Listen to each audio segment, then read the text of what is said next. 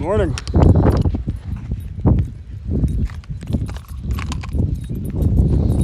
A little bit of wind. I hope that doesn't mess up the audio too much.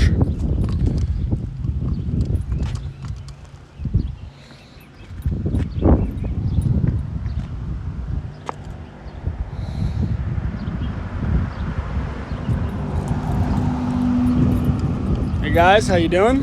Good morning. Just taking my dog for a morning stroll here, and I thought I'd talk a little bit about books. I had asked the classical learner community yesterday what books every homeschool parent should read. And is the audio good? I hope the wind isn't. It's pretty windy here. Hey, how you doing? Apparently some neighbors wake up as early as I do. I know now it's 7, but I've been up since I think 3:34. But yeah, so I asked the community what books every homeschool educator or parent should read. And you know, a lot of new homeschool parents, when they get into homeschooling, they want to know about curriculum. What curriculum should I use? What's the best math curriculum? What's the best history curriculum, right? And that's good and all, but the most important part of your homeschool is that you figure out your philosophy. Yes, this is becoming a habit with me. You know, I figure I'm up and I gotta walk the dog anyway, so might as well pop in for a little live stream. Come on, bud, we could walk a little longer than this. Old man wants to go back home already.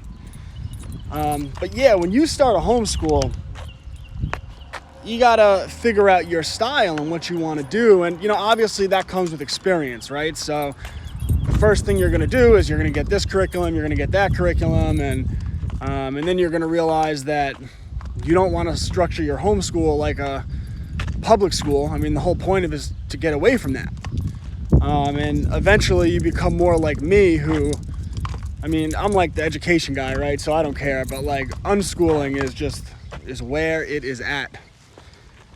Just kind of go with the flow and follow the interest of the children. But when you first start homeschooling, one of the best things you can do is start to read books by people that have homeschooled, read books by people that advocate for a different type of education, because, I mean, they put their life work in a couple of hundreds of pages, and these are people like me who just think about education constantly. And one of the answers that I received was any work by John Taylor Gatto.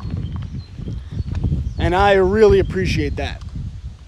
And any parent who is considering homeschooling or public, doesn't matter, any parent should read everything that John Taylor Gatto has written. In fact, John Taylor Gatto has had a larger impact on my own educational philosophy than any other individual thinker. And a lot of what I do, and when my life work is done, and I'm working on some pretty cool stuff right now behind the scenes, and I really think that in the next year or two, I'm going to be able to bring the homeschool community together and revolutionize the way people homeschool in a way that has never been done before in human history. Because although people homeschooled through most of history, they didn't have one very valuable resource we have, which is the internet. But yeah, my educational philosophy in large part derives from Gatto. And if I ever had the chance, it's a shame he had passed away, I would have loved to have met John Taylor Gatto. But whatever I do in the field of education, I'll always want everyone to know that I'm building, anything I do builds on the work of what John Taylor Gatto did. And I bring this up because I couldn't recommend him any more highly. Books like Dumbing Us Down, Weapons of Mass Instruction. Hold on one second, my dog's about to go nuts. Okay?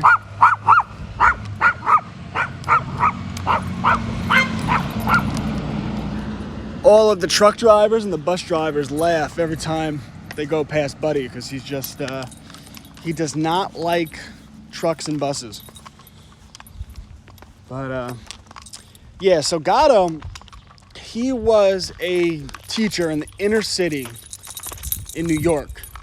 And I'm talking like these really bad areas, just a lot of crime, a lot of single parents, right? Children with no direction. And he was teaching 8th or 9th grade. And he won the award for the best teacher in the state of New York. I think in the city twice, in the state of New York once. Because his students kept getting better grades on the bullcrap standardized test than the children from the richest areas in New York, which are just a few blocks over. And Gatto abruptly resigned. He took out a full-page ad in the New York Times, I believe. He paid for it, took out an ad as to why he was resigning right after he won the New York State Teacher of the Year. And what he said is that he could no longer participate in a system, right? He used his platform to call out the system. He could no longer participate in a system that was structurally designed to dumb down children. And he would go on to explain how he got his children to perform. People go fast around this bend. I don't like it. But he would go on to explain how he got his children to do so well. And it was rather shocking, because what he was doing was telling children that they didn't have to show up to class. Hey guys, how you doing? Good morning. I'm talking a little bit about the late, great John Taylor Gatto. All parents should read his work. Dumbing Us Down, Weapons of Mass Instruction.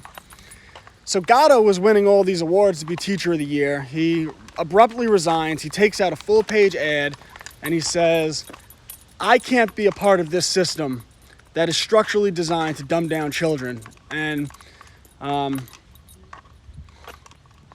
he resigned.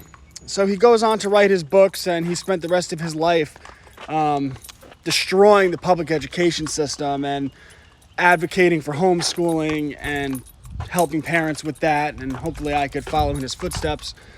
And what he was doing was, the way he was having such success in inner city schools, is he was actually telling his students that they didn't have to come to class, and he would just mark them as present. And he was having his students do these elaborate projects where basically he would say, well, what are you interested in? What do you want to study?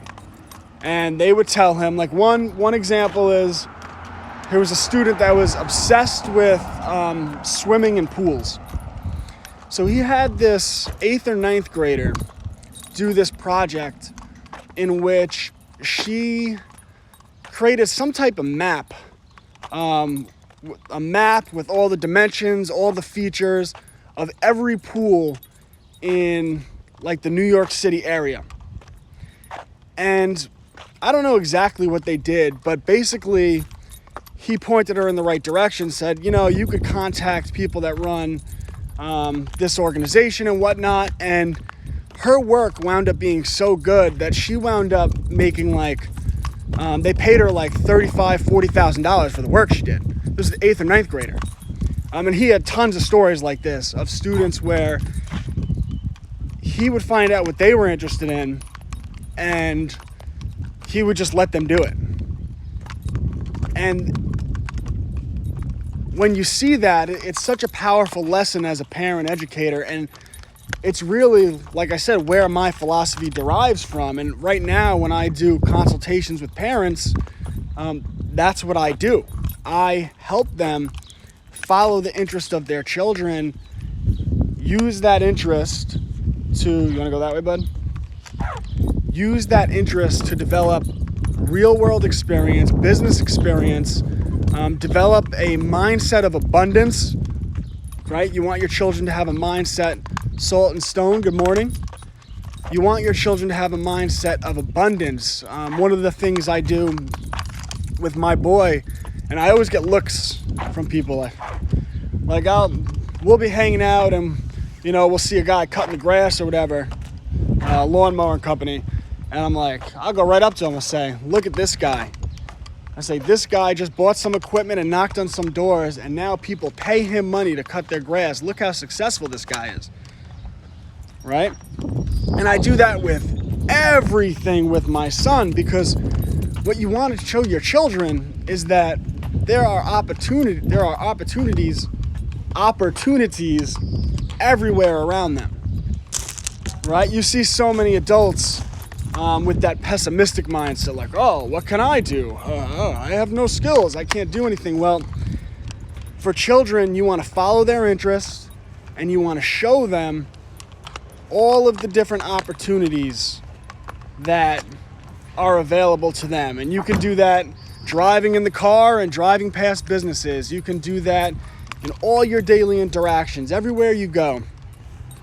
And you develop that mindset, and then you give them real world experience. So, whatever they're interested in, you show them how to follow that interest, and you use their interest to develop real world skills that they could later, not even later, that they could, yes, later, but right away, start doing business type things with, so that they're intrinsically motivated, right? This is motivation stacks.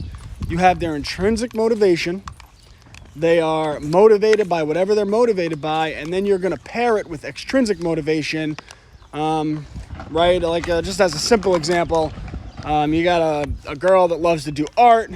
You show her some platforms, some graphic design platforms, in which she could put her art and get it transferred onto t-shirts, right?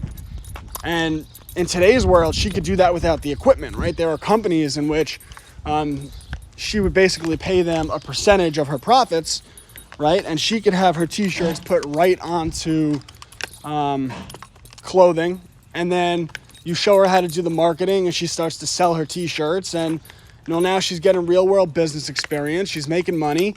Her intrinsic motivation is paired with her extrinsic motivation. And there's so many things you can do. And with everything you do, you just level up. So like she starts doing that. Then you could show her different business things she can do. You could start to teach her about investing, right? Because no one knows how to invest. And, in a variety of ways, whether that's investing in the business. Buddy, come on. We're going this way. He sees a bone. You're not having that bone. Come on. Let's go. You're not having that bone. We are not eating random bones on the street.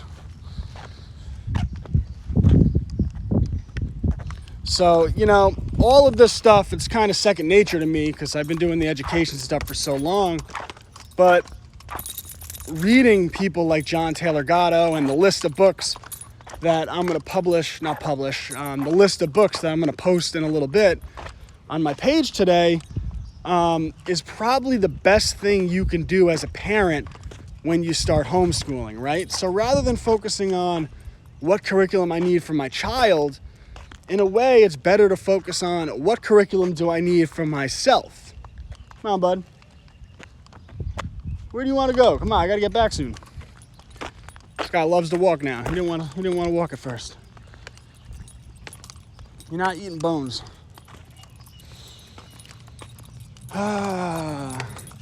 Yeah, that's why self-improvement is so important to homeschooling. That's why a few weeks ago I had posted a seminar that Tom Burnett was hosting. Tom Burnett is a very impressive man. He lives in Australia, and he teaches people their rights and where their rights come from, and how to hold your position is what it's called, so that when you have conversations with people in positions of authority, whether that be a police officer or a judge, right, you don't incriminate yourself, and you actually could get them to say things which would work in your benefit if you know what you're doing.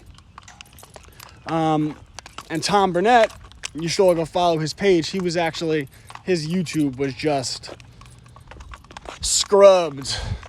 He was unpersoned on YouTube yesterday. So if anyone wants to follow him, he's tomburnett.tv or Tom Burnett. you can check on my story. I posted a link to his page, but I strongly recommend everyone goes and follows him.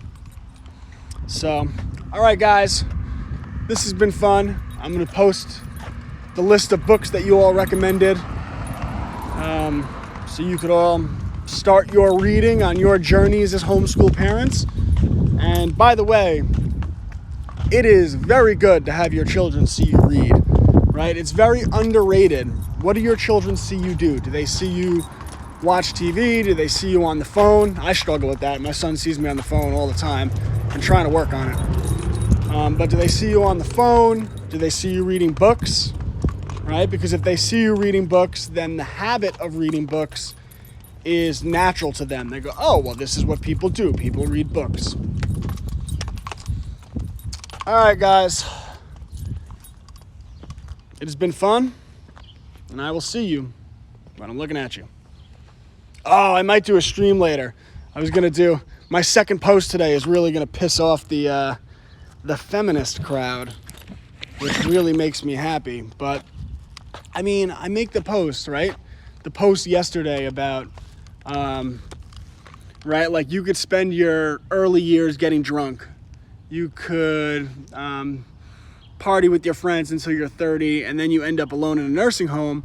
You know, or you could get married young, grow up, have children, and then you're surrounded by a bunch of grandchildren when you're old, and it's a much happier life. You know, and I get like all these feminist types once the algorithm gets to a certain point, and they're like, I know plenty of people that spent their 20s getting drunk and had children in their 30s, and now they're happy. Like, are you lying to yourself, or are you lying to the rest of us? Because that is terrible advice to give a young person, because yes, while some people, it does work out for some people, I can't tell you how many people I know that waited until their 30s and now they're having all types of problems with fertility and having children. And what a harsh realization to come to in your adult years, rather than responsible adults having conversations with you about, especially young girls who the biological clock is a real thing.